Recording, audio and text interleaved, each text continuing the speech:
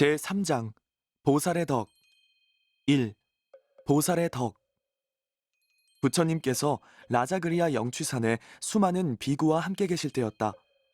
거기에는 1만 6천 명의 보살도 자리를 같이 했는데 그들은 여러 불국토에서 왔고 다음 생에서는 최상의 깨달음을 얻을 이들이었다.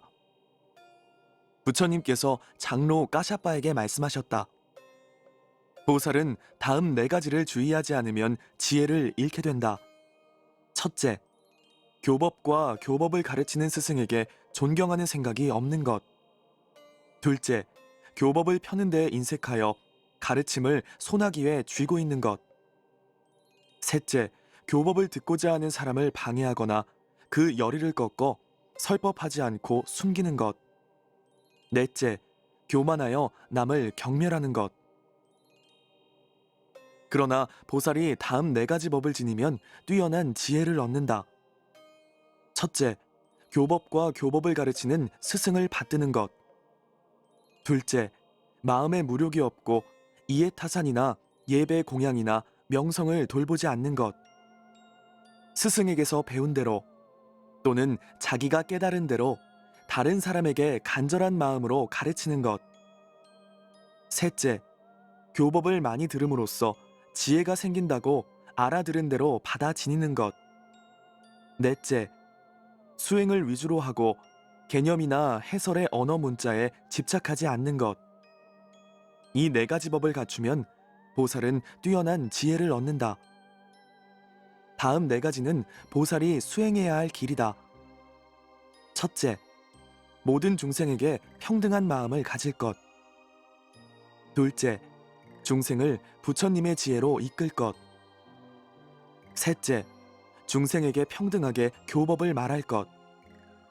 넷째, 중생에게 평등하게 바른 행동을 실천할 것. 이 4가지가 보살의 길이다. 그리고 다음 4가지는 보살에게 갖추어진 진실한 덕이다. 첫째, 모든 존재의 본성은 공한 것임을 알면서도 행동의 결과는 믿어 의심치 않는 것. 둘째, 중생이 무아인 것을 알면서도 그들에게 자비심을 가지는 것. 셋째, 진리를 구하는 자기 마음은 열반으로 향해 있지만 윤회의 세계에서 수행하는 것. 넷째, 중생을 위해 그들에게 필요한 것을 베풀지만 그 갚음을 기대하지 않는 것. 이것이 보살의 진실한 덕이다. 비유를 들어 말하리라. 이 비유로서 보살은 보살의 합당한 덕을 사람들에게 이해시킬 수 있을 것이다. 이를테면 이 대지는 모든 중생의 근원이다. 변함이 없고 보수를 바라지도 않는다. 이와 마찬가지로 처음으로 보리심을 낸 보살은 지혜의 자리에 오르기까지 중생의 삶의 근원이 되고 변함이 없으며 보수를 바라지도 않는다. 물이 풀과 약초와 나무를 키우듯이 청정한 원력을 지닌 보살은 중생을 자비로 적시고 잠깐 동안 이 세상에 머물러 중생이 지니고 있는 맑고 깨끗한 성품을 키워준다. 볕이 곡식을 여물게 하듯이 보살의 지혜는 중생이 지니고 있는 맑고 깨끗한 법을 키워준다. 바람이 불국토를 형성하듯이 보살의 미묘한 방편이 열의 가르침을 이루는 것이다. 또 선보름에는 달이 커가듯이 도의 마음이 청정한 보살은 맑고 깨끗한 법을 점점 키워간다. 태양이 일시에 비친 볕으로 중생을 비추듯이 보살은 일시에 비친 지혜의 빛으로 중생의 지혜를 비춘다. 짐승 중의 왕인 사자는 어디 가든지 무서워하거나 두려워하지 않고 의젓하게 활보한다. 그와 마찬가지로 올바르게 행동하고 교법을 들어 덕과 법을 몸에 익힌 보살은 언제 어디서나 조금도 두려워하지 않고 사방을 활보한다. 잘 훈련된 코끼리는 아무리 무거운 짐을 나를지라도 그 때문에 지치는 일이 없다. 그와 마찬가지로 마음이 잘 닦인 보살은 일체 중생의 무거운 짐을 모두 나를지라도 지치지 않는다. 또 연꽃은 진흙 속에 있어도 진흙에 의해 더러워지지 않듯이 보살은 새 속에 살아도 새 속의 일에 의해 더러워지지 않는다. 가지 잘린 나무라도 뿌리가 성하면 다시 움이 터서 크게 자란다. 그와 마찬가지로 보살은 미묘한 방편인 번뇌의 가지가 잘려도 모든 선근이 상하지 않는 한 다시 삼계에서 큰 나무처럼 자란다. 사방에서 흐르는 여러 강물도 바다에 들어가면 모두 한 가지 짠맛이 된다. 그와 마찬가지로 여러 가지 일을 통해 쌓은 보살의 선행도 중생의 깨달음에 회양하면 해탈의 한맛이 된다. 왕은 신하들의 도움으로 왕의 모든 임무를 수행한다. 그와 마찬가지로 보살의 지혜는 방편에 의해 열애의 일을 다한다. 구름 한 점 없이 맑게 갠 하늘에서는 비가 내리지 않는다. 그와 마찬가지로 교법을 조금밖에 듣지 못한 보살에게서는 진정한 가르침의 비를 기대할 수 없다. 물기를 잔뜩 머금은 비구름은 오곡 위에 비를 내린다. 그와 마찬가지로 커다란 자비의 구름과 몇 번이고 되풀이에 들은 교법의 구름에서 내리는 비만이 중생을 고루 적신다. 단 한 개의 보석이라도 채취된 곳에서는 많은 보석을 얻을 수 있다. 그와 마찬가지로 보살이 한 사람이라도 출현한 곳에서는 수많은 성문이나 독각이 나오게 된다. 냄새나는 똥오줌이라도 논밭에 주면 거름이 된다. 그와 마찬가지로 보살에게 있는 번뇌일지라도 지혜의 양분이 된다. 보적경, 가서품. 2. 진실한 관찰. 부처님께서 까샤빠에게 말씀하셨다. 훌륭한 보배의 모음인 이 법문을 배우려는 보살은 존재에 대해서 올바르게 수행해야 한다. 무엇이 존재에 대한 올바른 수행인가? 그것은 곧 모든 존재에 대한 진실한 관찰이다. 그러면 또 무엇이 모든 존재에 대한 진실한 관찰인가? 아상, 인상, 중생상, 수자상이 없다고 관찰할 경우 그것을 곧 중도라 하고 존재에 대한 진실한 관찰이라고 한다. 중도, 즉 존재에 대한 진실한 관찰이란 물질에 대해서 보는 관찰이다. 이와 같이 느낌과 생각과 의지작용과 의식에 대해서도 동일하다. 이것이 중도이고 존재에 대한 진실한 관찰이다. 어떤 존재를 가지고 항상 한다거나 단멸한다고 한다면 그것은 한쪽에 치우친 극단론이다. 이 항상과 단멸 사이에 올바른 것은 어떤 형체를 가지고 있지도 않고 보이지도 않으며 나타나지도 않고 인식될 수도 없으며 뭐라 이름 붙일 수도 없다. 이와 같이 관찰하는 것이 중도, 즉 존재에 대한 진실한 관찰이다. 자아가 있다고 한다면 이것은 한쪽에 치우친 극단론이다. 자아가 없다고 하여도 역시 극단론이다.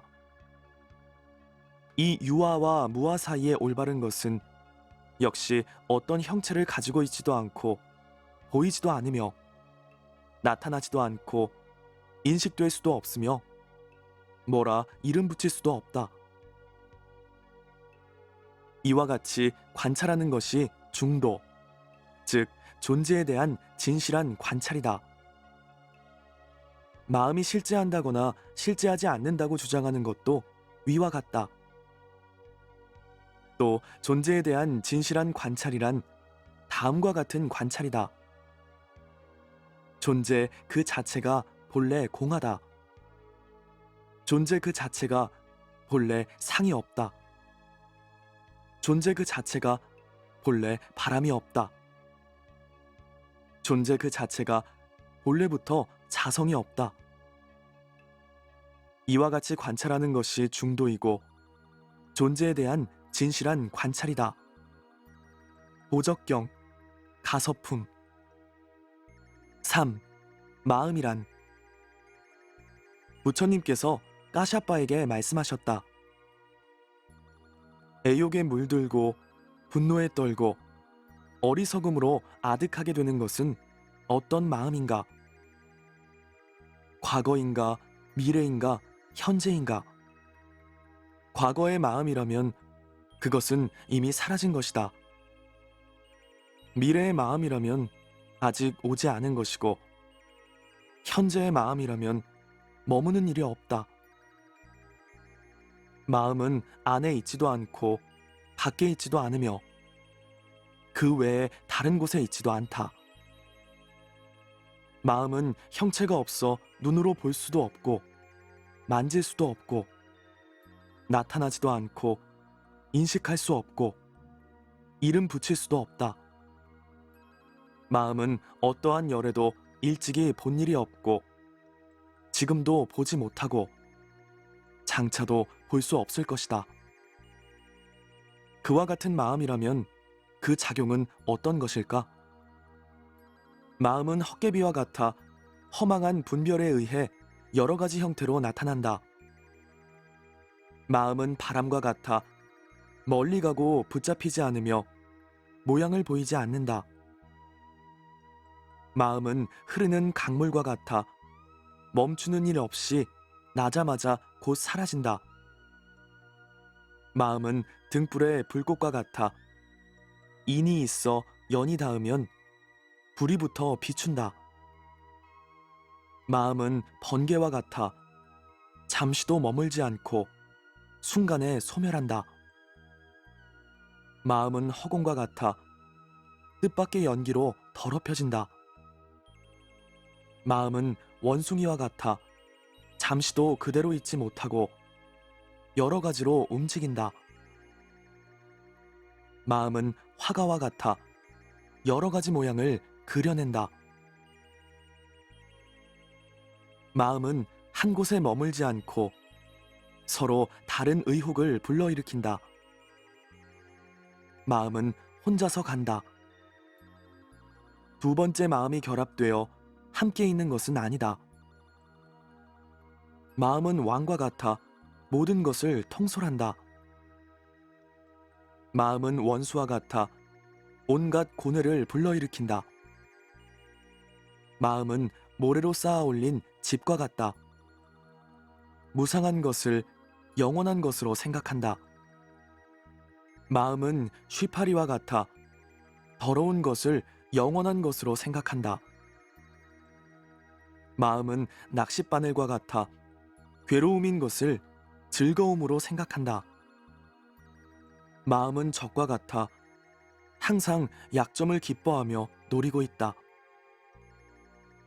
마음은 존경에 의해서 혹은 분노에 의해 흔들리면서 교만해지거나 비굴해진다. 마음은 도둑과 같아 모든 선근을 훔쳐간다. 마음은 불에 뛰어든 분화비처럼 아름다운 빛깔을 좋아한다. 마음은 싸움터의 북처럼 소리를 좋아한다. 마음은 썩은 시체의 냄새를 탐하는 멧돼지처럼 타락의 냄새를 좋아한다. 마음은 음식을 보고 침을 흘리는 종처럼 맛을 좋아한다. 마음은 기름 접시에 달라붙는 파리처럼 감촉을 좋아한다. 이와 같이 남김없이 관찰해도 마음의 정체는 알 수 없다. 즉, 찾을 수 없는 것이다. 얻을 수 없는 그것은 과거에도 없고 미래에도 없고 현재에도 없다. 과거나 미래나 현재에 없는 것은 삼세를 초월해 있다. 삼세를 초월한 것은 유도 아니고 무도 아니다. 유도 아니고 무도 아닌 것이 생기는 일이 없다. 생기는 일이 없는 것에는 그 자성이 없다. 자성이 없는 것에는 일어나는 일이 없다. 사라지는 일이 없는 것에는 지나가 버리는 일이 없다. 지나가 버리지 않는다면 거기에는 가는 일도 없고 오는 일도 없다. 죽는 일도 없고 태어나는 일도 없다. 가고 오고 죽고 태어나는 일도 없다. 가고 죽고 나는 일이 없는 것에는 어떠한 인과의 생성도 없다. 인과의 생성이 없는 것은 변화와 자귀가 없는 무이다. 그것이 바로 성인들이 지니고 있는 타고난 본성이다. 그 타고난 본성이 허공에 어디에 있건 평등하듯이 누구에게나 평등하다.